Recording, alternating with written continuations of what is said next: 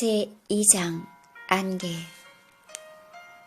알 수 없는 고독감과 그리움이 텅 빈 아파트의 창가에 서 있는 홍 선생의 가슴 속으로 몰려들었다. 그것은 아마도 이제 막 황금빛 보류처럼 채색되어 가는 강의 수면 위에서 번져오르는 강안개가 저 멀리 강변을 뿌옇게 물들이기 때문인지도 몰랐다. 흐르는 강과 피어오르는 안개는 알 수 없는 회상의 공간을 그녀의 내면에다 만들어 놓는 것이었다. 누구에게의 그리움은 결코 아니었다. 그렇다고 무엇에서의 그리움도 아니었다. 그것은 정녕 다시는 돌아올 수 없이 지나가 버린 아름다운 모든 것에의 그리움인지도 몰랐다. 그것은 홍 선생 자신이 그만큼 늙었다는 증거인지도 모른다. 자신이 그렇게 늙지 않고서야 이제는 다시 그 모습을 이 세상에 드러낼 턱이 없는 과거에 대해 격한 감동을 가질 리가 있겠는가. 그것은 결국 흘러가는 시간에 대한 육신과 정신의 한거인지도 몰랐다. 그러나 시간이 그것에 대꾸할 리가 없었다. 그렇기 때문에 그녀의 내면에는 감동의 파동이 있는 것이다. 초인종이 울렸고 정문수의가 그동안의 우편물을 들고 왔다. 엄청나게 많은 우편물이었다. 방학 동안 배달된 우편물들이었다. 그녀는 그것들을 소파 앞의 탁자 위에 올려놓고 대강 훑어보았다. 그것들의 대부분이 크리스마스와 연말연시를 맞이하면서 학생들이 보낸 인사카드와 편지였다. 그녀에게 그런 내용이 아닌 편지들이 배달될 턱이 없었다. 그러나 그 중에는 편지나 카드가 아니라 각종 홍보용 인쇄물도 많았다. 그녀는 그것들을 건성으로 훑어보고는 밀어놓았다. 그런데 그 중에서 표지에 알만한 사람의 얼굴 사진이 크게 클로즈업 되어 있는 인쇄물이 있었다. 탁자 위에서 재빨리 움직이던 그녀의 화사한 손이 멈추었다. 민중의 진정한 대변자란 어휘가 그녀의 시선을 끌었다. 그 밑에는 더욱 큰 글자체로 구경철이란 이름이 큼지막하게 박혀 있었고 이어서 변호사란 말이 이어져 있었다. 그녀 자신의 시골 중학교 동창생인 구경철 변호사가 이번 국회의원 재선거에 출마한 모양이었다. 물론 이 강변 소읍이 그 선거 지역은 아니었다. 그러나 그것은 여기에서 결코 멀지는 않은 곳이었다. 인접지역이었다. 유권자도 아닌 자기에게 구 변호사는 그 인쇄물을 보내준 것이었다. 다소 얼떨떨하기는 했으나 구경철의 마음을 충분히 이해할 수 있었다. 지난 겨울 연말쯤이던가 고운 여자 목소리가 전화로 홍영희 씨를 찾았다. 전혀 짐작이 가지 않는 목소리였다. 네, 제가 홍영희인데요. 잠깐만요. 전화 바꾸겠습니다. 그 목소리는 결국 주인공이 아니었다. 이어 가라앉고 듬직한 남자 목소리가 울려왔다. 아, 홍영희 교수님, 안녕하셨습니까? 저 구경철입니다. 그녀는 금방 말을 이을 수가 없었다. 너무나 뜻밖이었다. 구경철이란 이름을 결코 잊어버리지는 않았지만 그것은 강 건너 굴짜기의 안개처럼 의식의 공간 속에서 몽롱하게 흐려져 있었다. 아, 너무 놀라시는군요. 당연히 그러실 것입니다. 너무나 긴 세월이 흘렀습니다. 하지만 난 늘상 영희 씨를 생각하고 있었습니다. 그래도 여전히 홍영희는 할 말이 없었다. 그녀 역시 어쩌면 거의 언제나 그를 의식하고 살아왔는지도 몰랐다. 그렇다고 구경철과의 사이에 구구절절한 연애 사건이라도 있었느냐 하면 전혀 그렇지는 않았다. 그것은 정말 영영 사라져버린 그 애틋하고 절실했던 청소년 시절이 꺼버릴 수 없게 황홀했던 감정의 한 조각일 뿐이다. 사실 어린 그녀는 구경철의 얼굴조차도 똑바로 바라본 적이 없었다. 그러나 그 험한 세월의 풍랑을 헤쳐오면서 왠지 구경철의 이름과 그 어렴풋한 얼굴 윤곽은 잊혀진 듯 하다가도 끊이지 않고 그 존재를 그녀의 의식 속에 드러내곤 했던 것이다. 그러한 구경철이 어디서 못하고 있는지는 알고 있었다.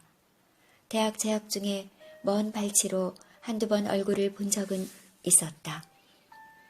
그러나 그는 초췌해 보였었고 무기력해 보였다. 그가 무슨 법과대학을 다닌다는 소문은 들었으나 그의 꾀죄죄한 모습은 너무나 충격적이었다. 그의 모습이 아무리 그렇다고 할지라도 그쪽에서 가만히 있는데 홍영이가 먼저 뛰어가 무슨 얘기를 붙일 계제는 되지 못했다. 그녀는 아쉬운 마음을 가지고 모른 채 가만히 앉아 있을 수밖에 없었다. 대학을 졸업하고 어느 가을이었다. 그녀는 삶의 방향 감각을 잃고 허둥대는 나날을 보내고 있었다. 부모님의 관건에 못 이겨 몇 차례 맞선이라는 것을 보러 나갔으나 도무지 어린아이 장난 같고 시시하게 느껴져 암담한 마음만 들었다. 그녀의 이런 마음은 이듬해 대학원 진학이라는 새로운 길로 나아가게 된 동기가 되었다. 그날 오후는 영희가 대학원 진학을 생각하면서 그동안 흩어져 있던 책들을 챙기고 있을 무렵이었다. 예, 영희야, 전화 받아보련. 부엌일을 하던 어머니가 딸을 불렀다. 엄마의 목소리가 조금은 낯설게 들려 그녀는 무슨 말이든 한마디 할 수밖에 없었다. 누군데요? 글쎄다. 나도 처음 듣는 목소리로구나. 딸이 학교에 재학 중인 것도 아니고 대학을 졸업하고 근 2년이란 세월이 흘렀는데 이런 전화가 걸려오다니 그녀로서는 조금은 의아한 생각이 들지 않을 수 없었다. 혼기에 찬 딸을 가진 부모의 마음이란 누구든 마찬가지일 것이다. 여보세요? 누구세요? 저가 홍영인데요. 이상하게도 수학에서는 아무 소리도 들리지 않았다. 그러나 누군가의 숨소리가 들렸다. 여보세요? 저가 홍영인데요. 말씀하세요. 아, 네, 영희씨. 제가 구경철입니다. 구경철. 이번에는 영희 쪽에서 말이 없었다. 너무나 뜻밖의 인물이 전화를 했기 때문이었다. 그러나 구경철은 뜻밖의 인물이었으나 수화기를 타고 전해온 그의 목소리는 분명 그녀를 당황하게 만들거나 불쾌하게 하지는 않았다. 그것은 어쩌면 반가운 목소리인지도 알 수 없었다. 너무나 뜻밖이군요. 웬일이세요? 네, 그냥 서울에 올라온 김에 전화를 드려보았습니다. 영희씨는 그간 안녕하신가요? 구경철의 이 말을 듣는 순간 영희는 울컥 화가 치밀었다. 그냥 전화해 보았더니 어쩌면 남자가 이렇게까지 기계가 없단 말인가. 그는 분명히 그냥 전화한 것이 아니다. 그는 할 말이 있고 용건이 있는 것이다. 그것은 너무나 절실한 상태인지도 모른다. 그래서 그는 전화한 것이다. 경철씨, 그냥 심심풀이로 전화하시려면 전화하지 말아주세요. 그녀는 대답을 기다리지 않고 수화기를 내려놓고 말았다. 무례인 줄 알았으나 그녀는 단단히 역정이 난 것이었다. 그가 남자라면, 그가 진정 영희 자신에게 할 말이 있다면 전화는 다시 걸려오리라고 생각했다. 그러나 전화는 다시 걸려오지 않았다. 한참 동안 전화가 걸려오지 않았으나 그녀는 왠지 전화기 옆을 떠나지 못했다. 그와 무슨 말 한마디 나누어 보지 못했으나 왠지 전화는 다시금 걸러오지 않을 것 같은 생각이 들었다. 어쩌면 경철은 영희 자신을 포기한지도 모른다는 생각이 얼핏 들었던 것이다. 영희는 경철을 나약한 남자라고 생각한 적은 없었다. 경철은 절대로 나약한 남자는 아니었다. 그러나 그는 자신이 걸어야 할 길을 너무나 잘 알고 있는 듯한 느낌을 주었다. 경철의 여건은 너무나 어렵다고 소문이 나 있었다.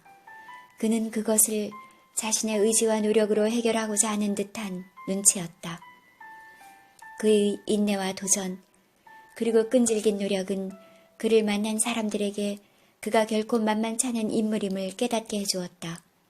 그는 영희를 포기해버렸다고 할까, 놓아주었다고 할까, 좌우간 과감히 그녀를 향해 행동을 취하지 않았다. 그 사실이 영희를 화나게 했던 것이다. 그러나 영희의 느낌으로 구경철의 태도가 그러하다면 그녀도 깨끗이 그를 잊을 수밖에 없었던 것이다. 그녀가 결혼하여 첫 딸 희라가 6살이 되었을 때 동창회에 나갔다가 우연히 구경철이 사법시험에 합격했다는 소문을 들었다. 과연 무서운 집념이었다. 그것은 집념이라기보다도 자신이 살아남기 위한 집요한 몸부림이었다. 그 몸부림 끝에 그는 사회 속에서 자신에게 부여된 한 자리를 차지하게 되었던 것이다.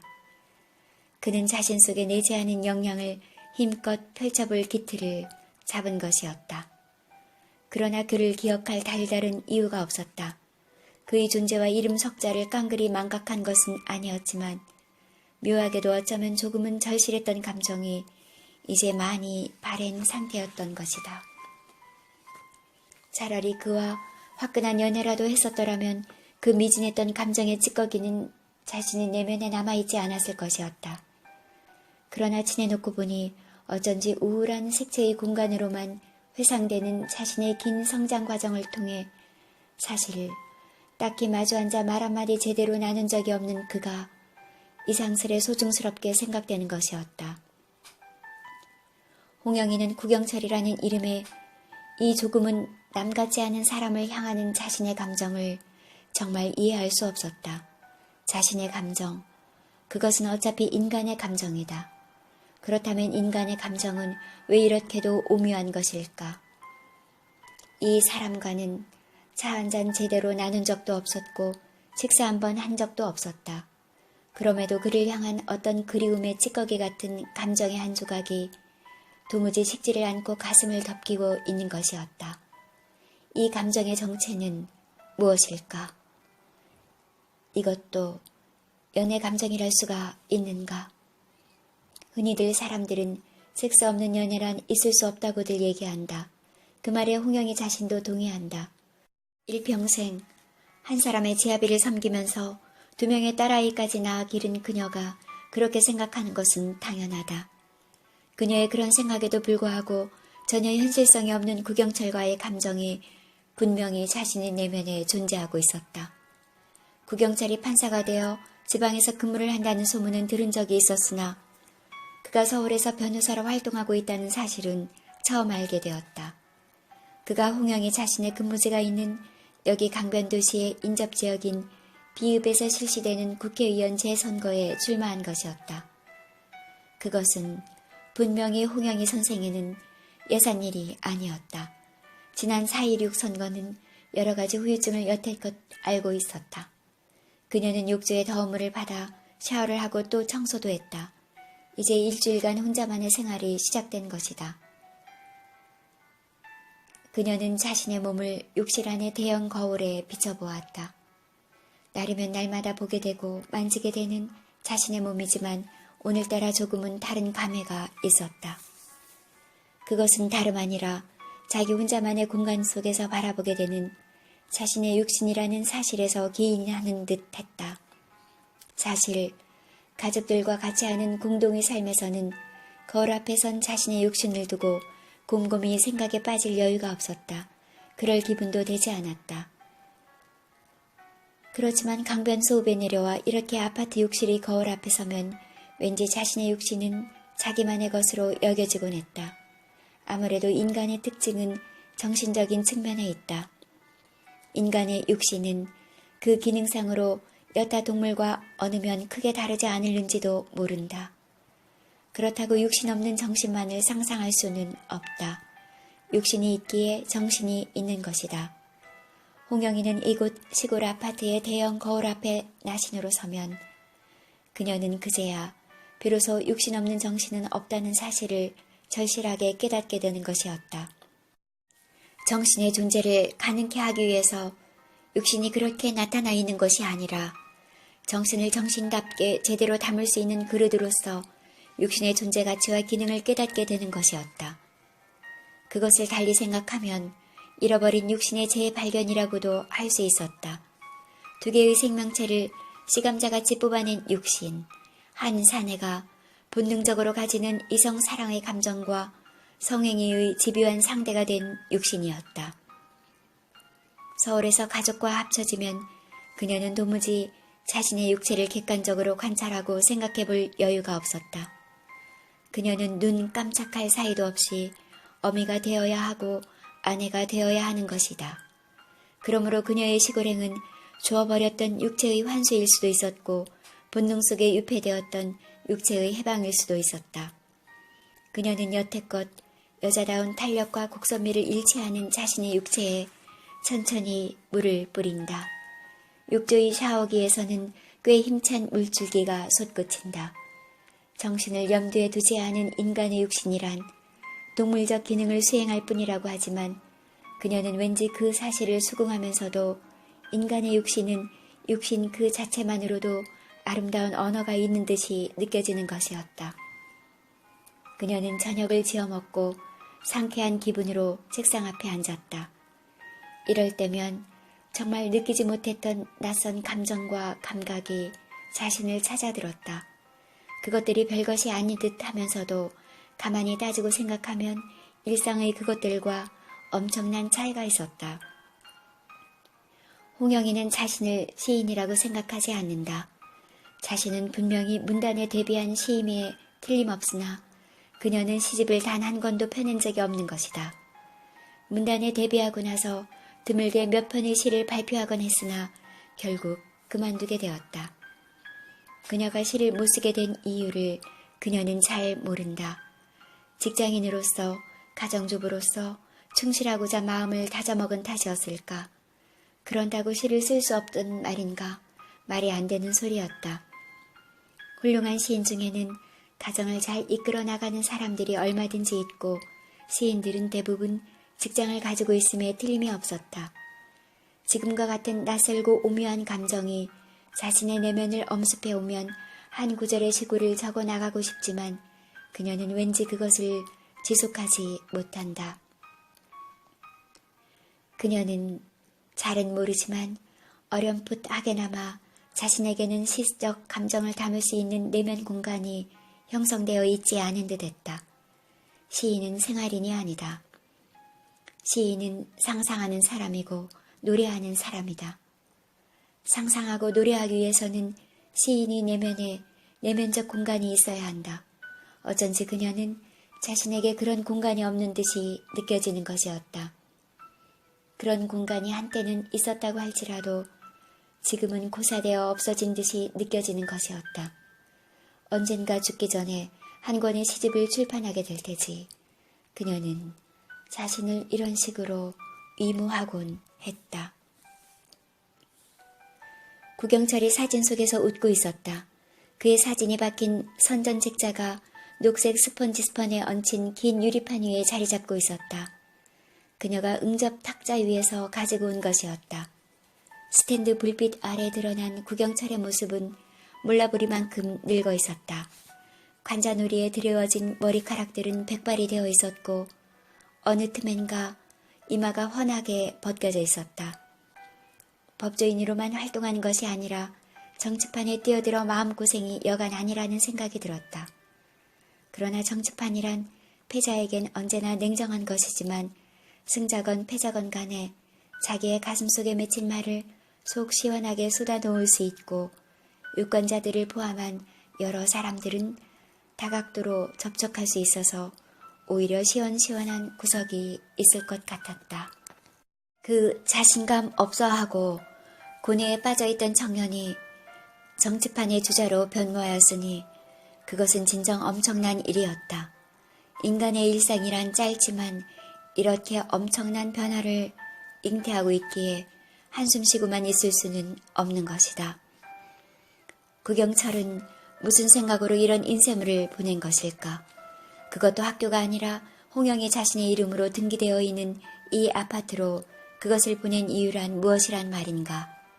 이 아파트로 그것을 보낸 데에도 무슨 의미가 있단 말인가? 그녀는 별 생각을 다 해보았다. 그러나 물론 아무런 해답도 들을 수 없었다. 언제나 아리송한 모습을 하고 강 건너 안개 속에 자리 잡고 있는 구경철이가 아니었던가. 그는 30년 세월이 흐른 지금까지도 그런 영상을 지키고 있는 것이었다. 그는 전화기를 끌어당겨 다이얼을 돌렸다. 02를 먼저 돌렸다. 서울 집으로 전화하기 위해서였다. 여보세요? 둘째 딸 에라의 목소리였다. 또렷또렷하면서도 나긋나긋한 목소리가 여간 감칠맛이 있는 것이 아니었다. 응, 그래, 엄마다. 별일 없니? 아, 엄마, 무사히 도착하셨어요? 집에는 아무 일도 없어요. 아빠는? 희란 아직도 안 들어왔니? 네, 아빠 늦으신다고 전화 왔고요. 언닌 금방 들어온다고 전화 왔어요. 아줌마가 저녁상을 봐놓고 가셨거든요. 응, 그래. 잘 챙겨 먹어라. 끊는다. 홍영이는 일찍이 없었던 일로 전화를 짧게 했다. 왠지 집안 살림을 세세하게 일러주고 싶지 않았다.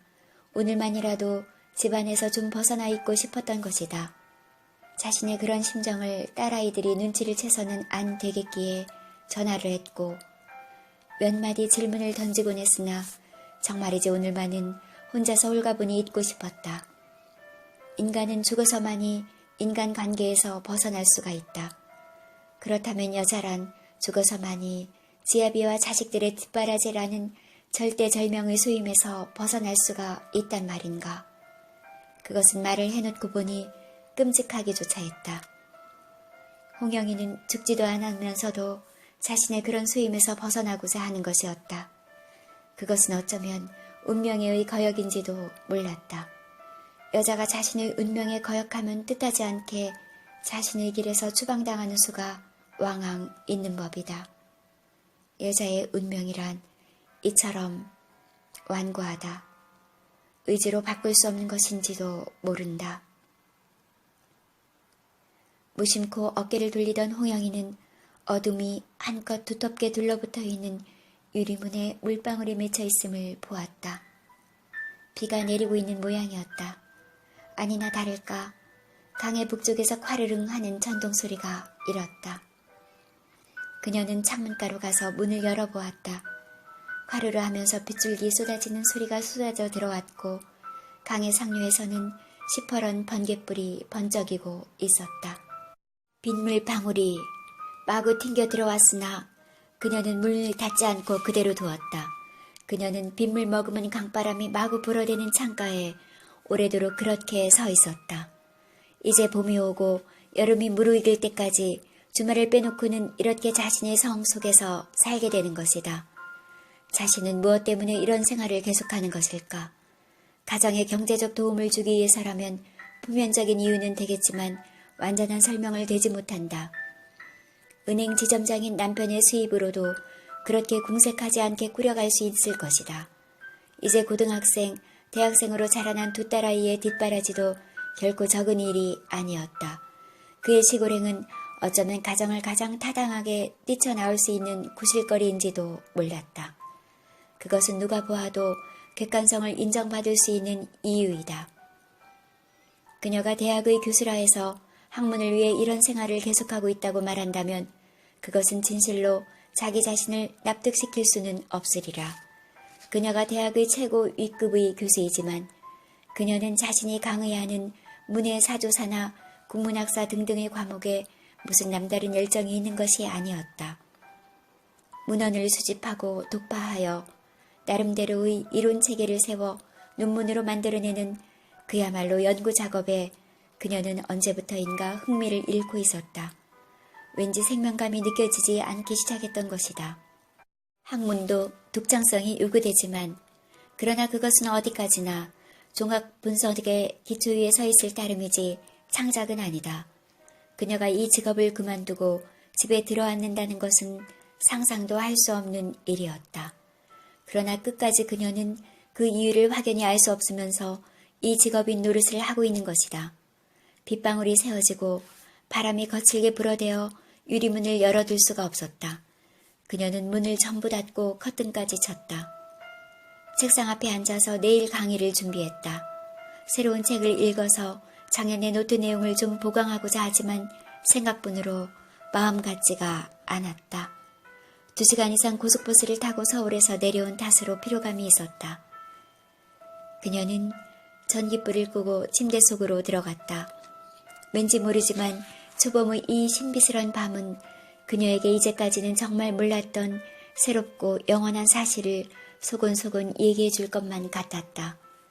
조금 전 샤워한 자신의 육신에 이상한 탄력감이 변하는 것 같아 그녀는 두 손으로 전신을 쓰다듬었다. 벽시계는 10시 반을 가리키고 있었다. 쏴 하고 빗물 쏟아지는 소리가 들렸다. 이렇게 비가 내리면 머지않아 강물이 불게 된다. 홍영이는 자신도 모르게 부르르 몸을 떨었다. 오늘 아침에 서울을 떠났건만 시골에 내려온 지 여러 날이 지난 것 같이 여겨지는 것이었다. 서울은 아득해지고 가족의 존재가 멀어지는 것 같았다. 그들이 멀어진 자리에 자아와 자신의 육신 그리고 자연이 적나라한 모습이 자리를 잡는 듯했다. 왠지 끝없이 깊게 파인 자연의 계곡 속으로 자신은 흘러온 것 같은 느낌이었다. 그 계곡 속에서는 오직 자기만이 존재할 뿐인 것 같았다. 호젓한 고독감이 밀려왔다. 그녀는 몰려드는 고독감에 전신을 맡긴 채 비바람 소리와 천둥 소리에 귀를 기울였다. 어쩌면 서울에서 전화가 올지도 몰랐다. 늦게 귀가한 남편이 전화할 것 같았다. 과연 전화벨이 울렸다. 늦게 귀가한 남편임에 틀림없었다. 이렇게 전화해줄 정도로 자상한 사람이 아니지만 딸아이들이 부추겼을 것이다. 그렇지도 않으면 아이들이 다이얼을 돌려 아버지에게 쥐어주었을지도 모르는 일이었다. 비바람 소리가 세차서 수화기를 귀에 바짝 가져다 대었다. 여보세요? 홍영희 교수님 댁입니까? 홍영이는 얼른 무슨 대꾸를 할 수 없었다. 남편의 목소리가 아니었다. 분명히 자기의 이름을 대면서 통화를 청했으나 이 비오는 밤중에 전혀 낯선 남자의 목소리였다. 그것은 굵직하고 부드러운 중년 남자의 목소리였다. 학교의 직원이 아니면 도대체 이런 긴급 전화를 할 사람이 없었다. 그들은 가끔 가다가 보직 인사를 알린다거나 출제를 의뢰한다거나 타 교수의 논문 심사를 의뢰할 때 이런 방법을 쓰기는 한다. 그러나 교목과 직원들의 목소리를 정확히는 기억하고 있지 않지만 한두 차례 들은 적이 있어서 놀랄 정도는 아니다. 어감으로 봐서 그들이 아닌 것 같았다. 그들의 목소리에 그런 부드러움과 윤기가 있을 턱이 없었다. 홍영희 선생님 댁 아니십니까? 홍영이는 이 낯선 목소리가 어쩌면 옛날에 한두 번 들은 적이 있는 것 같다는 생각을 했다. 그러나 전혀 짐작이 가지 않았다.